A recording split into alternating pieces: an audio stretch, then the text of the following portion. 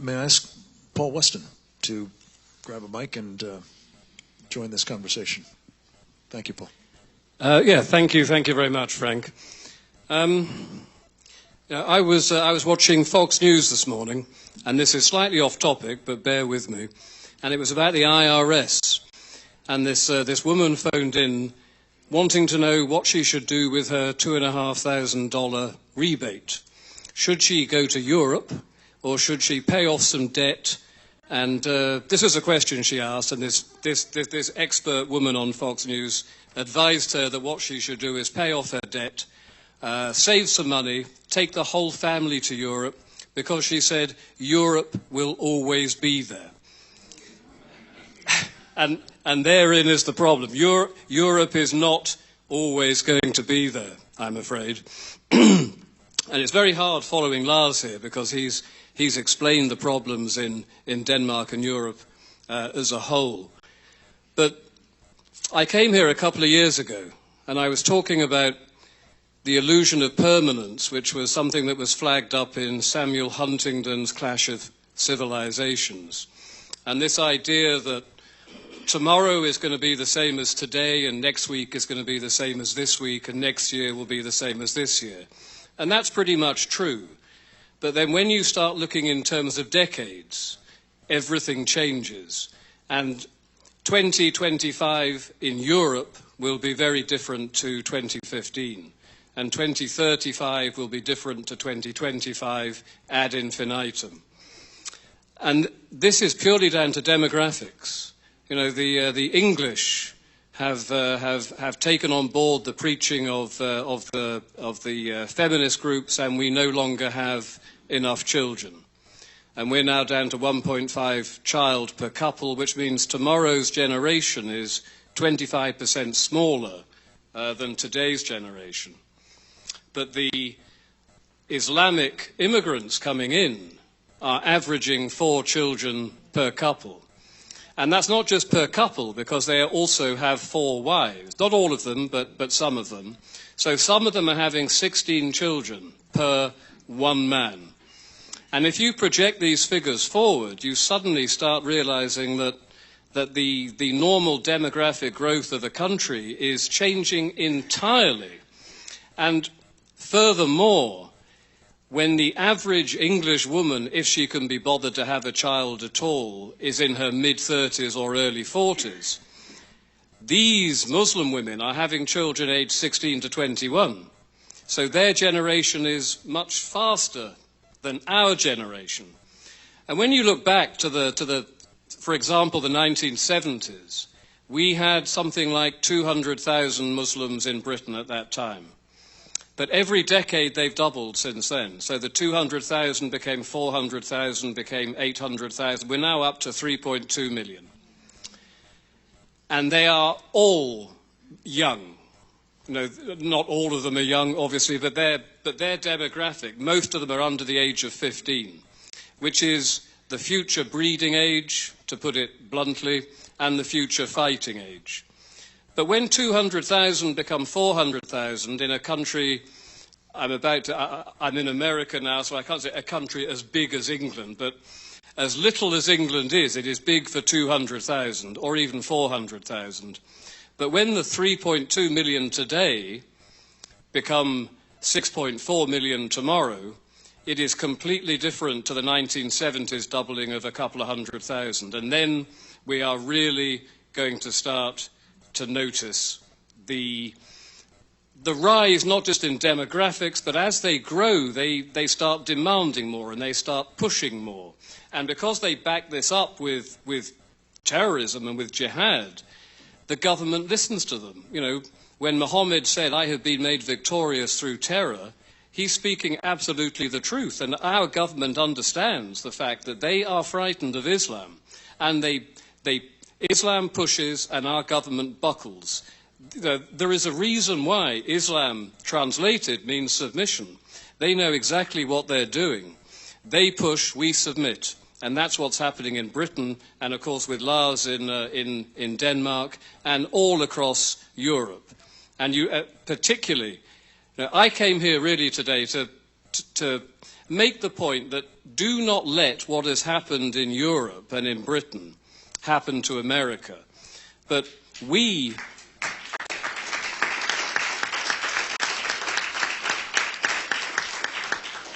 in England look to Sweden in the way that America should be looking to Britain, because Sweden is literally a lost country.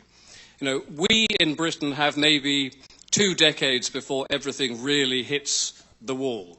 In Sweden, we're looking at 5 years to 10 years, and Sweden has terrible, enormous problems. Malmö is now the rape capital of the European continent. Aside from South Africa, I think it's the rape capital of the world. It is that bad. So we look to Sweden in the way that you need to look to us. And we had, over the last 12 months, 12 mass transit bombings planned for England that our intelligence services, MI5, MI6, managed to stop. That's one a month where they're looking to kill hundreds and maim thousands of people. And despite this, we still say you can keep on coming into our country. You know, when Donald Trump talked about, and of course it was misreported in England that Trump had said we don't want any more Muslims. What Trump said, of course, we don't want any more Muslims over 5 years until we know exactly who they are. And with us, we have no idea. We have no idea who these people are. But we are still letting them come in, knowing full well. Europol, I don't know if you've heard of Europol, this is the rather sinister European police force who can cross borders and arrest people and take them out of England and back to Brussels or some sort of other similar Lubyanka sort of place. Europol has said that there will be 5,000 jihadists amongst the hundreds of thousands of millions of supposed Syrian migrants coming into Europe. That's 5,000 jihadis. And we still cannot say no more, even despite that. So I have been saying for a long time that when the inevitable attack happens, as it happened in Paris last year, 2 of those people in Paris were migrants. When it happens, British politicians, Danish politicians, European politicians of every description will have the blood of the murdered and the blood of the maimed on their hands.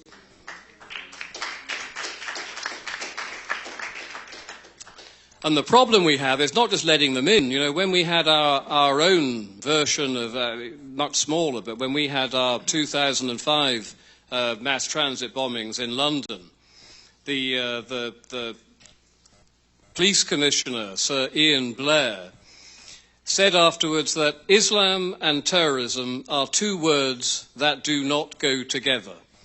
The assistant police commissioner said exactly the same thing. Tony Blair said exactly the same thing.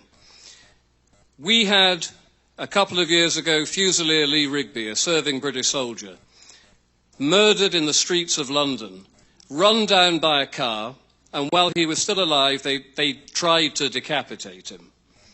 Again, David Cameron, a supposedly conservative prime minister, came out and said that Islam has nothing to do with this, and this is a perversion of Islam. These guys were standing there with blood on their hands, waving the Quran, saying, we have been ordered by Allah to do this. And despite this, Cameron says, it has nothing to do with Islam. And this total denial, this complete denial, and it's not just Cameron, it is all across Europe, this denial of what Islam is going to be the downfall of Europe. Because by the time the politicians have finally got the balls to stand up and tell the truth, it may be too late at that time from demographic reasons to actually do anything about it.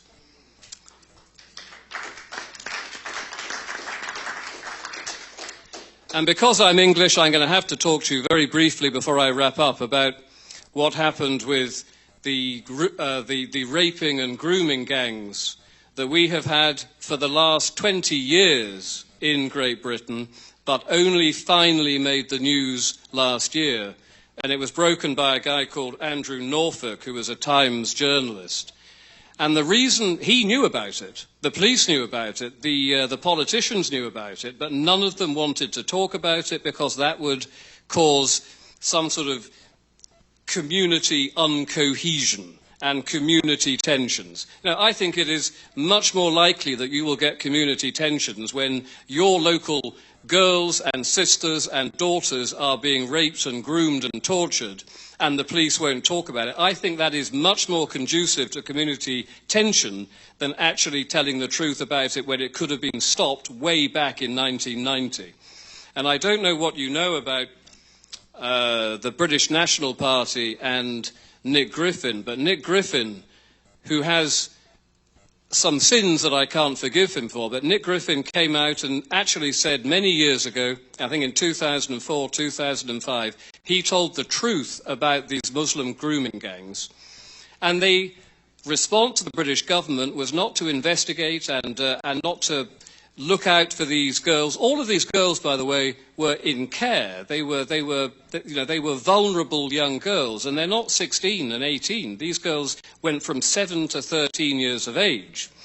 And as I'm talking about it now, the police would be called to a hotel where 13 Muslim men were in a room with a naked 12-year-old girl under the table and a very irate father outside the front of the hotel, and the police would arrest the father.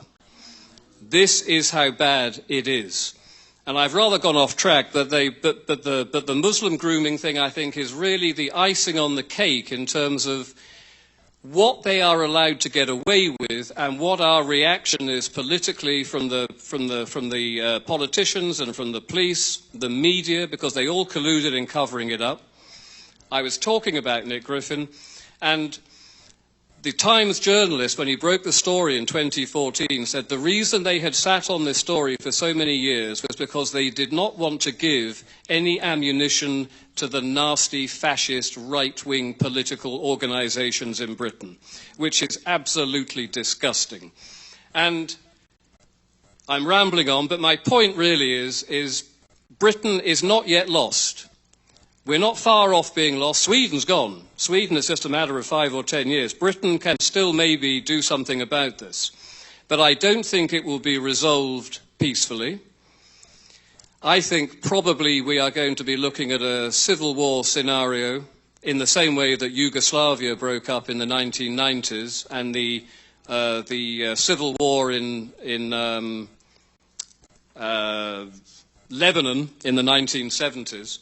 I think this is the future of Europe, generally speaking, and I think when it happens, it will not be contained in the way that Yugoslavia was able to be contained. It's going to be cataclysmic, something that people cannot imagine, really, in living in modern democratic times, but it's coming. And I will finish simply by saying you all need to look at what's happening in Britain and Sweden and Europe, and you all need to make sure that you retain, because I know Obama is trying to clamp down on this, you retain your First Amendment rights, because unless we can talk about this, unless we can bring it out in the open, you in America will go the same way. You need to stand up and look at what we're doing and say this is never going to happen here. Thank you.